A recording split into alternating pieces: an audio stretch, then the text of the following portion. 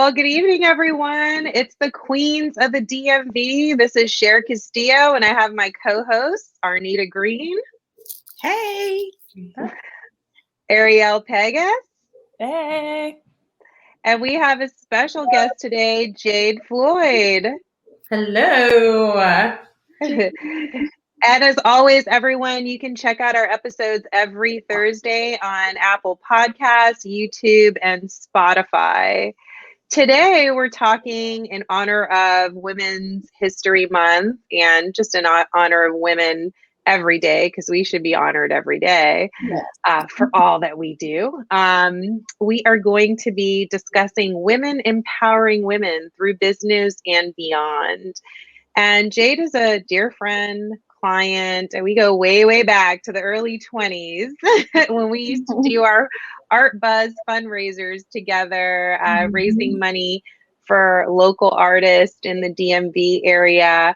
And she is the ultimate woman empowering woman. Like when I think of a woman that stands out in my mind, I always think of Jade because she's just so generous with everything she does for everyone, not only just women. And that's why I thought you'd be an amazing guest today, Jade. Thank you. You know, Cher, it's funny you say that because when I think of, a woman that empowers and is emboldened to what I aspire to, I think of you, and been so critical to my development as not only a woman, but as, a wealth holder, as a homeowner. And so you, my friend, I consider you a dear friend and a mentor. Awesome. Thank you, Jade. Well, Jade, if you could tell the audience too, just a little bit about you and who you are and all the amazing things you do, because you do a lot, that would be helpful, and all the social media handlers to follow you on and all that good stuff. Absolutely. Well, I've been in DC for 15 years. I came here directly the day after I graduated graduate school. And I had a long aspiration to come to DC. I worked in politics when I was in Texas, born and bred in Texas, worked in the Texas Senate there. And when I went to grad school, I had the opportunity to intern anywhere in the world I wanted. They paid for your stipend, they paid for your housing, they gave you all your transportation. And I had friends who were going off to Australia, they were going to the UK to work in Parliament and other parts of the world. And I said, I'm going to Washington, DC. And people were kind of paused and they were like, but they'll send you anywhere. Why? And I felt like that was a region that was pulling at me. And I knew I wanted to be at the intersection of politics and media and government relations. And so that's what brought me here. 15 years later, I've built my career. I'm now Vice President of Communications for Gene and Steve Case, both the Case Foundation as well as Revolution, Steve's venture capital arm. And so have worked over the years for in capacity specifically related to strategic communications, cultivating thought leadership, and really building out some really robust campaigns and working with both, audiences across the globe. And, over the years, I've been able to also work in several capacities for Fortune 500 companies, supporting their government relations and communications initiatives. I worked for a really amazing firm before I started with the Cases 8 years ago. And prior to that, was able to work for an education association, running communications there, as well. So you basically just did everything. I did a lot. But as I look to, where my future and where my growth is, work is one place. Obviously, my family and my daughter are another, but really, I try to focus on philanthropy and supporting nonprofits and serve on a number of boards specifically related to arts education. And that's where my passion is. So, there's the day Jade and there's the evening Jade. And Cher, you've seen the evening Jade quite a lot. I love both Jades. Exactly. And fundraising for nonprofits that I feel are really changing the lives of young people in Washington, D.C. Yes. Awesome. And you've also been doing like this holistic wellness thing too for women. Like, talk about that. Absolutely. Well, one of the things that I've focused on personally has been my growth as a yogi and as a wellness practitioner. And I saw that a lot of my girlfriends were not taking the time out of their days to really focus on themselves. They're very career-driven, type A CEOs, VPs, SVPs, of their respective entities, but they weren't taking a moment to eat healthy. They were not eating breakfast. They were not leaving their family for a period of time to go just check out and tune out. And so I started inviting my girlfriends to go on these wellness excursions with me, these Wanderlust festivals, which was a yoga festival event company that hosts them across the globe. We went to Tahoe, we went to West Virginia. We had plans actually to go to one abroad before COVID hit.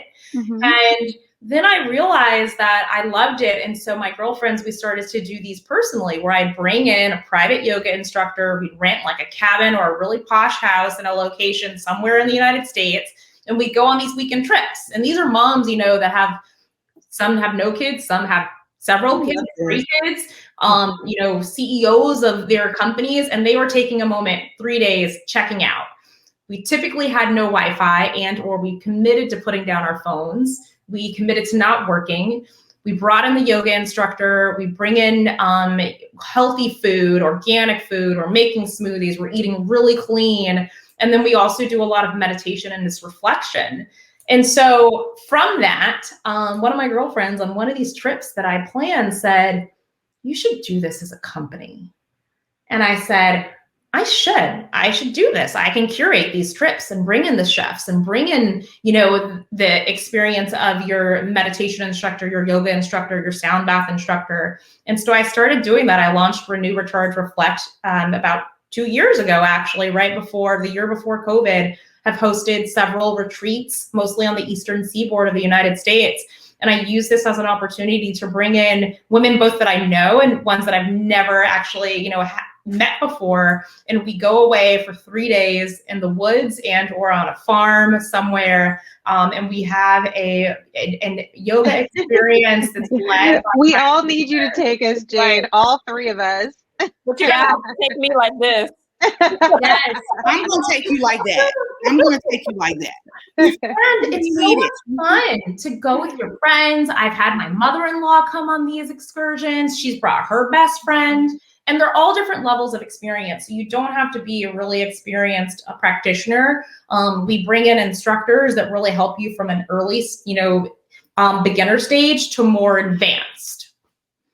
Jade, I just want to say that what you just said is what I've been feeling for the past, for a long time, put it that way. At least a year, Arnita, we've been talking about something. Yeah. And it's even gotten to the point where I'm not even sleeping at night anymore because of just so much stuff in my head. Chatter. So I don't know, whenever you're going to get this started again, when COVID is over, if it's even before COVID is over, I don't care.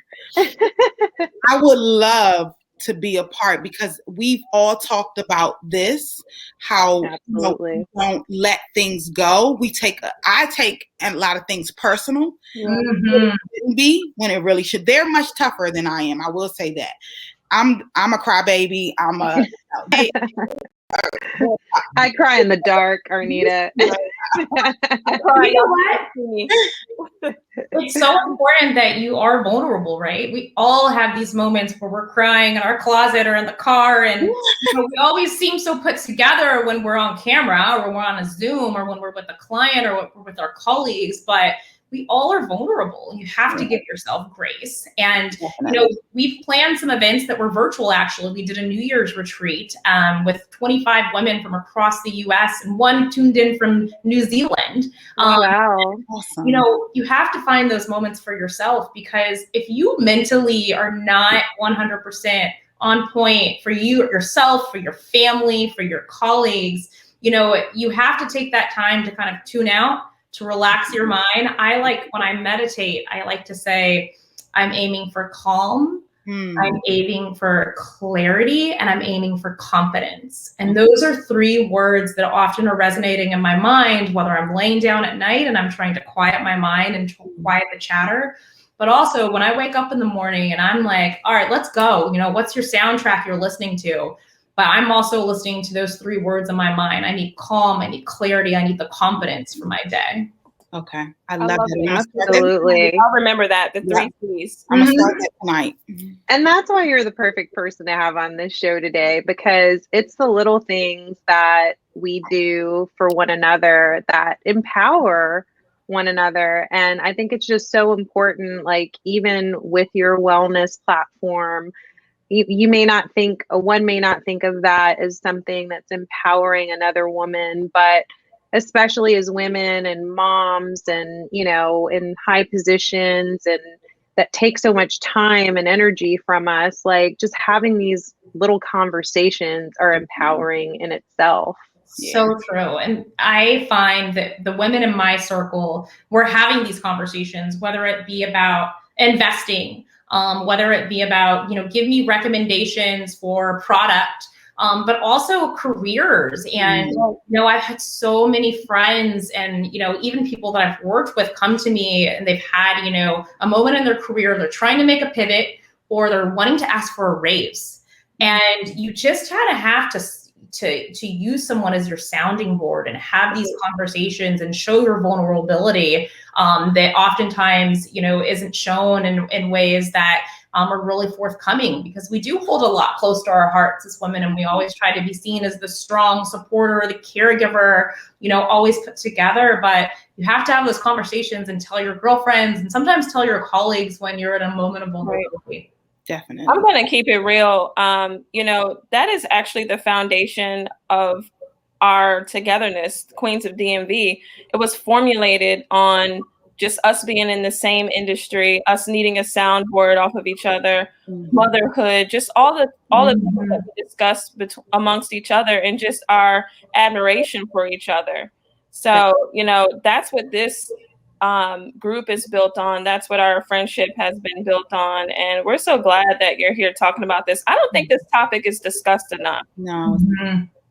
And women supporting each other. You know, you have to, when I think about how do you create, you know, these harmonious friendships, which I think I have, you know, I've had girlfriends my best friend, she's been my best friend for 20 years. You know, you have to surround yourself with people who can grow with you, who can uplift you, who respect you, who empower you. And when you have a moment where you shine, they are 100% your biggest cheerleader. And there's no jealousy. There's just joy. And then you also have to have someone who can be there for you in your deepest, you know, darkest time, who you can say, I'm not feeling confident right now. I'm sad. I'm failing. Here's my failure. Can we talk about it? And so to be able to have that group, that core group of women in your life is so important. And it's hard to build that tribe. It really is. It is. But when you find it, they're with you for years. And I have a girlfriend text chain, my college best friends. There's 5 of us. We're on this chain. We have been texting and calling and video chatting for the past 20 years since we've been in college. We all used to live together, and they are my biggest cheerleaders, my biggest supporters. I actually texted them this morning and said, I'm having a bit of an imposter syndrome. You know, help me get through this. And they just uplifted me and they told me exactly what I needed to hear in that moment. And I really just value their friendship so much. Definitely. I think it's needed, you know, to have a group of girlfriends, or if it's 1 or 2, you know, it's needed to have that strong support system behind you at all times. It is. Exactly. And it's really important in the workplace too, for the women who work underneath you or who work alongside of you, your colleagues, that you're supporting each other and you're mentoring each other. Yes. So Jade, do you think, like, because, I mean, you have your cheerleaders, but you've been an awesome cheerleader to me in the last 15 years of friendship. How do you think, as a woman, this has allowed you to excel within your own career and just personally? Absolutely. Well, one, I know I always have, you know, a core group of women to lean on when I have a really rough moment in life. One of my roughest, you know, worst times in life was losing a child at 4 months. And I went into a really dark place and was not myself. And I had this group of girlfriends who recognized that, who helped bring me out of it and lift me out of it on a personal level. And then, you know, I've had moments in my career that I really feel I had the confidence to go after an endeavor, or I had the confidence when I went into a pitch, or when I went into a job interview. A lot of that confidence that was, you know, that carried on with me through that process was because of the women who uplifted me in the moments that I needed it the most. And so I 100% think that, you know, a lot of the success that we have as women comes from other women, whether we recognize it or not. Yeah. You know, some might say it might be from their moms, some might say it might be from their best friends, some might say it's, you know, from a core group of women that they, you know, are on chats with every single day, which is much of what I would say. But, you know, we have to find that tribe, and it can be one person. It doesn't have to be a group of women, or it can be many, you know, across different parts of your life. Yeah. That leads me to another question that we have. Do you think that women of color are behind in this regard? Like, do we not support each other as much as we should? Can you talk a little bit about that? I think as women of color, we are struggling with so many things. Yeah. We have, you know, I mean, just in COVID alone, you know, the amount of women dropping out of the workforce, 2 million women, women of color impacted more than their counterparts because they're in the service industry or they work in professions like healthcare, which are disproportionately impacted.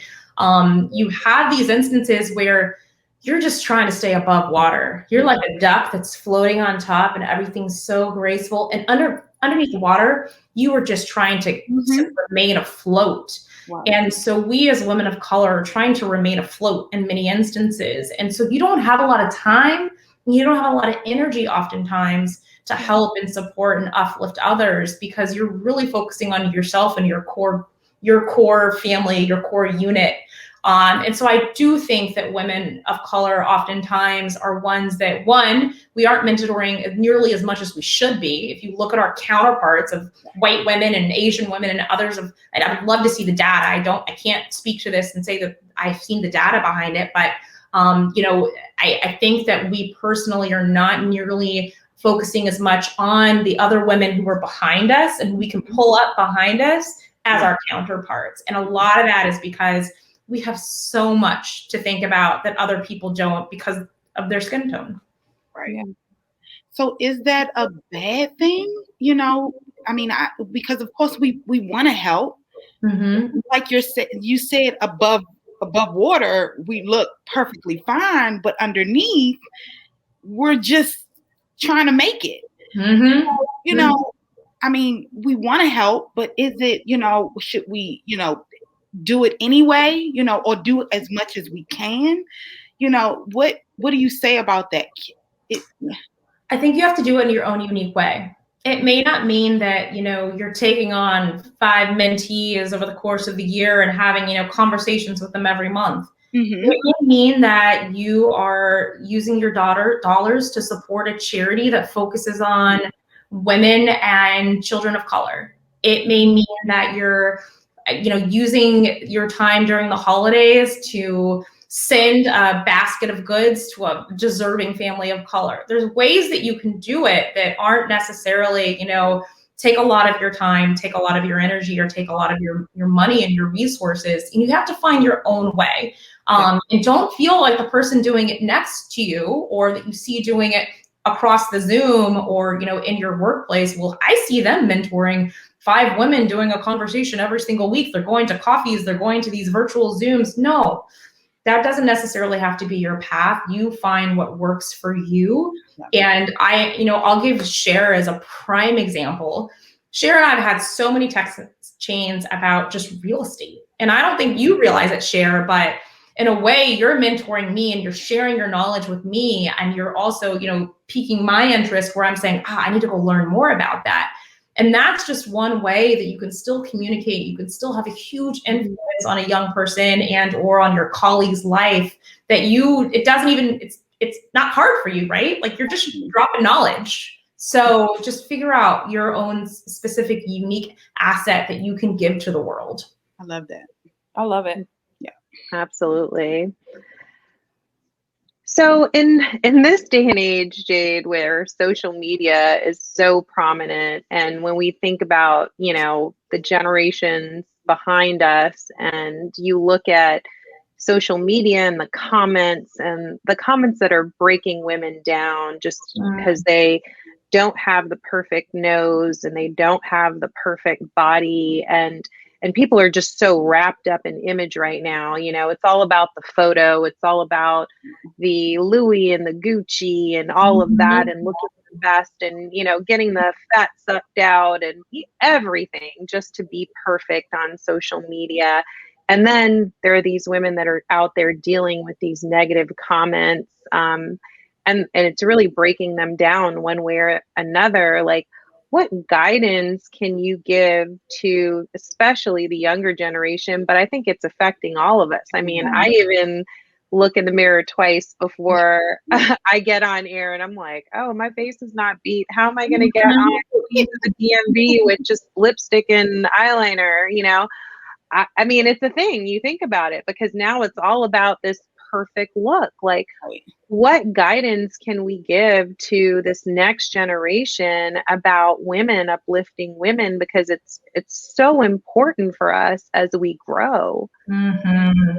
And you know, I did put on makeup today. I put on but you know, Cher, I mean, I don't wear makeup, and when I think about what I'm portraying to the world and the image that the world sees, I have to recognize that I influence, and I'm able to help others see things in themselves that aren't based on money. They're not based on looks. I want you to think about your wellness. I want you to think about your family. I want you to think about your health. And so most of the things that I would post on social media and or on my Twitter or on my Instagram, they all revolve around that. And it's less about me. It's less about my looks. It's more about, you know, trying to cultivate some sense of balance. And so just remember, whatever you're seeing on anyone's Instagram, whether it be mine or whether it be, you know, a really influential person, it's all what they want you to see. Yeah. And it's not real life. They all wake up with no makeup on their face, their hair all over their head. We all sit on the same type of toilet. We all have to consume the same type of food each day. Like, we all are in this space doing the same things on a day-to-day basis. Some might be seen to be doing it better than others. Some might have a private chef. They might be traveling via yacht, or they might be going back when we could travel. Or they might be going to these really lovely restaurants or cooking with these Michelin-starred chefs on Zoom in their kitchen. But it's all just a facade that we've created for ourselves. If that's the facade that they're most comfortable with, great, good for them. But you need to cultivate, you know, what's good for you and your environment, and it doesn't have to look like everyone else's. I love that. Well said. Well said.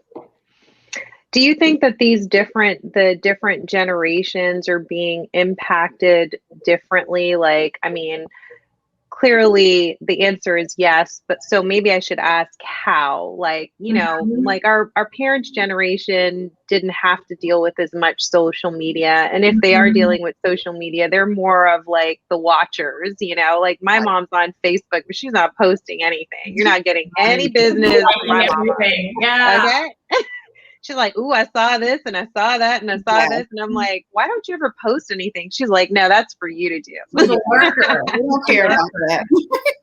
You know, it's so true. When we take a look at some of the data that's come out recently, and you should take a look at the Center for Humane Technology. They were behind the film The Social Network that Netflix released. I watched that. You know, there has been a huge influx, especially during COVID, but as you look at over the years, of suicides among young people, bullying amongst young people, eating disorders amongst young people. And so much of that is cultivated because of the imagery that they're being fed on social media, the algorithms that are pushing things to their feed, but also what they're seeing in the media. Even the images that you're seeing on your screen when you read an article, You know, you are consuming so many images per day, thousands of images per day, and messages towards you. And so you typically start to really soak those in. And unfortunately, we're seeing the younger generation is so impacted by that because they're spending so many hours on digital platforms and consuming media, whether it's on YouTube, TikTok, Instagram. For older, I would say I consider myself, you know, older. I'm going on 40 next year, and Girl, I'm not older. I'm older. He's a baby. Ariel's a baby. I'm seasoned. Okay, Experience. Yeah. But, you know, I've really learned that I need to check out. So I've done digital and media sabbaticals, especially while I was pregnant. I tuned out of all news unless it was directly related to my profession, tuned out of all social media, and have really been able to check out. And I think a lot of that is because when I was 16, I mean, I had a flip phone. I had a phone with a cord in it that was like looped into your cigarette lighter in your car. And so I didn't grow up with it. I wasn't a digital nomad like generations of my nephews, for instance. And so it's a lot easier for me to tune out than I think it is for a 16-year-old or a 20-something-year-old. And now I agree with that. I definitely agree. But I will say, because I'm 41, and our age group is just as worse. I'll say, you know, and yeah, and I'll say sometimes, and let's just take me for example, it's hard for me to even check out of Instagram and Facebook, mind you. So I need to work on even doing that more often, you know, and I think that other people probably, you know, because when I hear the stories of things that we see on social media, you know, we get tired of seeing it, you know, the fakeness, you know, the different things. So, you know, I think even in my age group, I feel like we need to check out, I need to check out at times just to be in a better headspace too, you know, just to be honest. Yeah. And use that time. Sorry, go ahead, Ariel. No, I was just going to add to that because being a mother of a daughter, these are things that I'm paying like very close attention to nowadays. You know, stuff that I see, I don't want my child to feel like she has to definitely have an image of a certain way or have her body a certain way. I don't want social media to make her feel like she has to do certain things. You know, I will say like my confidence is is better these days, but I want to try to lend that confidence to my child and not let social media lend the confidence because it comes off a little different. So I try to filter those things, but I definitely feel like it's affecting our generation now and in the past. And the future, as you said with your daughter. And, you know, I'm the daughter of a 10-month-old, and I look at her body right now. You know, I think about when I was young, I had big thighs, big butt. I went, you know, to an all-white school, lily white. I was the only African-American K through 12. And I was so self-conscious of my body. I was so ashamed of it. And it wasn't until I got to college and I saw people that looked like me and who had my same attributes that I became proud of who I was as, you know, a woman of color with a really curvy figure. And so now even the books that I'm buying for my daughter in her little mini library in my basement, I'm ensuring that these subjects of these books look like her. They're talking about issues that she's facing and that they are celebrating her as a young Black woman. Yeah. I didn't have that growing up. I cannot name one book from an author of color that my parents had in our little mini library at home. And so now I'm making it a point of whatever I purchase for her, even down to the characters of little toys. Yes. I don't need a whole bunch of characters of a whole little white men and, you know, white boys and young white girls. If you don't have a character of color, I'm not going to purchase from you. And I'm trying to find more companies like that who are really embracing that, and also from purchasing from companies of color that have that in mind too. Right. Yeah. And it's funny that you say that, because I remember when my older stepdaughter was transitioning from public school to private school and going to an all-white school. And, she came home weeks later and she was like, Cher, my thighs are so big, my nose is so wide. And I was like, and in my head, I thought it was a good thing. I was like, yeah, girl, your thighs are thick. I was like, yeah. And she was like having a meltdown about it because at 12, 13, you're looking at yourself very differently and you don't have that confidence and you're not around that anymore. Because from going to public school, she was around very diverse student population and going to a private school with a mostly white population and thinking now she had to lose weight. Now she had to do things to fit in more. And it's tough. It's like, it's so hard as a young person. It's not even hard as an adult to embrace those things. And I can even remember being younger and not thinking about it as much because I come from a multiracial family. And then growing up in Miami, it wasn't a big deal. But then getting to college and, white boys used to like me. I went to college, white boys didn't like me no more. I was like, oh, okay.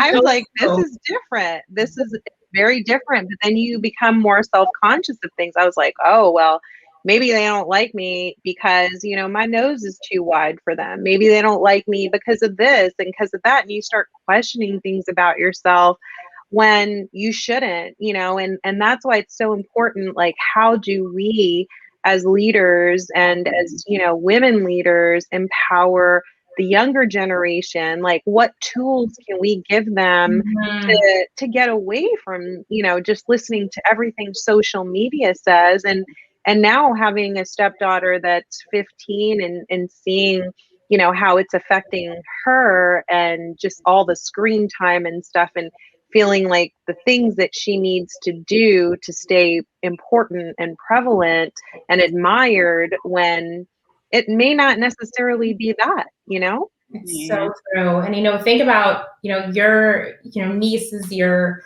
the young people in your life who are dealing with this now. We were dealing with this 30 years ago. Right. And so it hasn't stopped. And we were dealing with it at a time where we didn't have social media, but we were still coming home thinking, and I have a key story. When I was in 5th grade, I wanted to try out for ballet. And this was at my K through 12 all white school. I went to ballet tryouts, and the teacher told me I didn't have the right look. And I was crushed. Wow. I mean, I knew that I could do it. I'd been practicing. I was quite athletic, and I didn't have the right look, which I don't know what that meant at the time. But now, as an older person, I understand. I had thick thighs, I had a big butt, and I was brown. And now looking back to see these young women and men are still grappling with this decades later, that has to change. And I think a lot of that can be, and, the types of examples that we are using with our kids, showing them that you can aspire to be X and you can be it. You can be president of the United States. You can be CEO of a Fortune 500 company.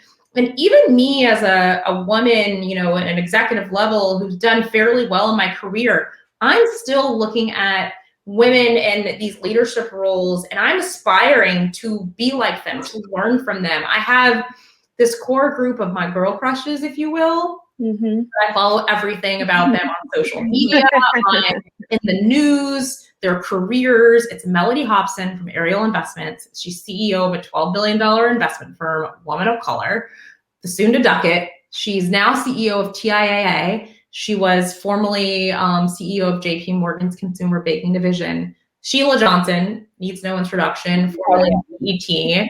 Jadida Isler, she's an astrophysicist and just all-star woman, literally stars. And those are the women that I look to, and they're my inspiration.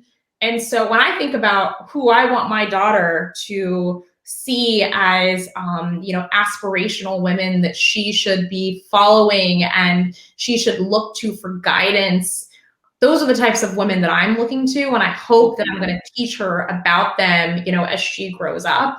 And, I want her to grow up in a world where she thinks that she can and she will be anything. And a lot of that for us as parents and as women is showing them the aspiration of what is out there and the possibility. I think it's amazing. My breakthrough. So my daughter is 10, and I really got through to her this year when Kamala Harris became our vice president.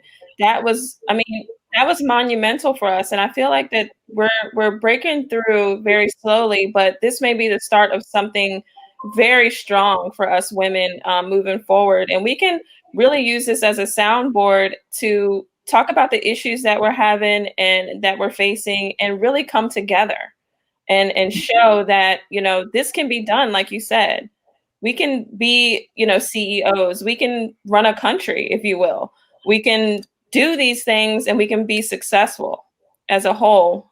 So, I had a lot of breakthrough with my daughter, just showing that it can be done and that someone has accomplished that. So it's great that you say that. It really speaks to the time that we're in now. So absolutely. And even us, as the older seasoned women, we need to have those examples in front of us. Yeah. There's not a lot of, Black CEOs and SVPs and, C-suite level executives at major corporations out there. That has to change. I think institutions and organizations are realizing that no longer is business as usual okay. We need to bring in diverse perspectives and diverse voices, and we need to, bring African American, Asian, Latin American individuals to these ranks of leadership, because it's a lot of those, buckets, those communities that are building these great companies. Right. They're on the ground level, they're in the mailroom, they're driving the trucks, but they're not in the C-suite. They're not in the executive ranks. Yeah. And I think, to touch on what you were saying or a little earlier, Jade, I think the mentorship piece is such a great way to empower one another. And, I think that people think about mentorship as somebody older than them. I guess I don't think about mentorship that way.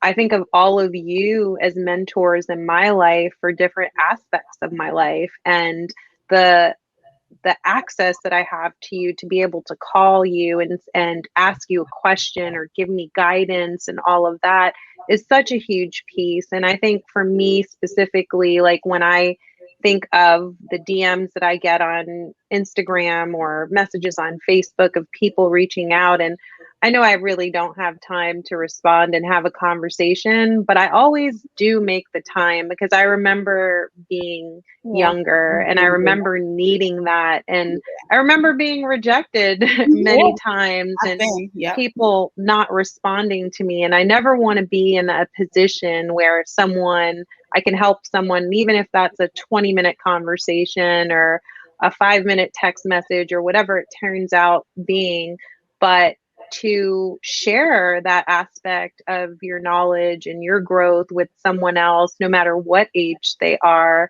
is so special. And I want to leave here today with the audience understanding any type of mentorship for any period of time, whether that's 5 minutes or 5 years, is so important to uplifting one another as women, and especially as women of color.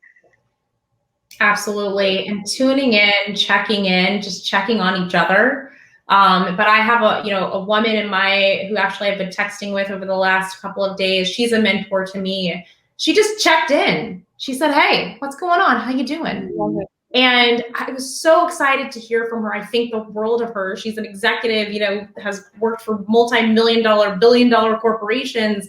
And I was just so thankful that she just checked in and said, "How are you?" And I think something as simple as that, Cher, checking in, sending a text message, having, a 15-minute Zoom conversation, getting together for a coffee, that was a long way. And people remember that. I still remember the first woman who ever mentored me, Deborah Travadeso. She worked for the state senator that I worked for. I, to this day, still follow her on social media. I still think the world of her. She doesn't know I probably still exist. She was one of my greatest mentors and shared so much knowledge with me. And even just seeing her, thrive in her career I was just felt so honored to be a part of that. And so you don't know whose life you're going to impact just by sending that one DM or responding to that one LinkedIn. Yeah. Absolutely. I agree. So how have you been coping with COVID during these crazy times and still being able to empower other women? Well, a lot of wine. No,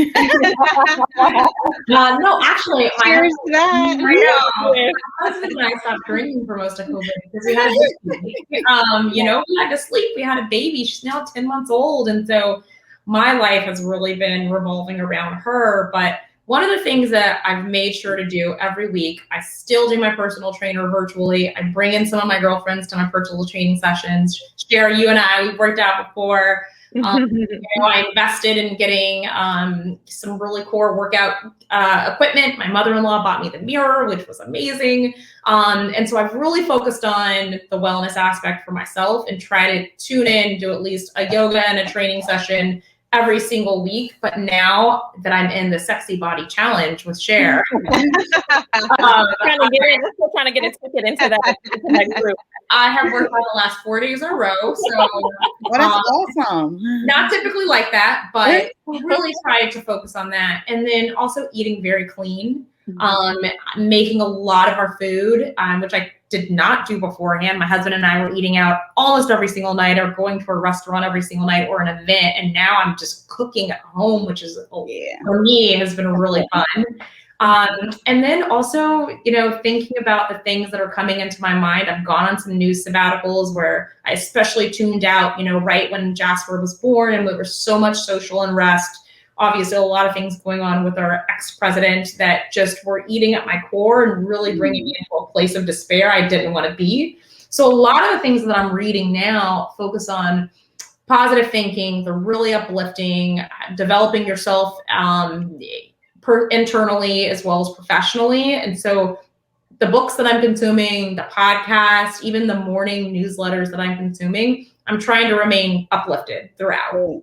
And so that has really helped me over the course of this last year of being locked inside. And, I think about where I want to go after all of this and what I want to cultivate and what I want to carry from this time. And there's a lot of aspects of that. But I hope that all of us who've created these good and these positive, things that we've integrated into our lives, that it carries on when the world opens back up. Because what I don't want to see is I don't want to see myself go back into drinking a bottle of wine a day. I don't want to be sedentary. I don't want to go back to eating out all the time and not really focusing on the quality of the food that was going into my body. And that's something that I just have to make a priority when, I finally do get vaccinated and go back into the world. Definitely. Yeah. Well, this is amazing, Jade. Thank you so much for joining the Queens of the DMV today. And we'll have to plan a special Queens edition of, what is it? Recharge? Renew, Recharge, Reflect. Yeah. Renew, Recharge, Reflect. Let's do that. I will plan us an amazing experience. Bring in the chef, bring in the instructors. Yeah, we're here for it. And we're excited for calm, clarity, and confidence. Yes. Again, thank you. And, we will see you, I'm sure, sometime soon. And be blessed. We love you. We love your confidence. We love your clarity. We love all of it. Thanks, ladies, so much. And I really hope that each of you, as you walk into your day tomorrow and moving forward, that you have the confidence and that, you have that calm in your life, that you can calm the chatter from your mind, and you have the clarity about what's needed in your world and, what you're passionate about. I do.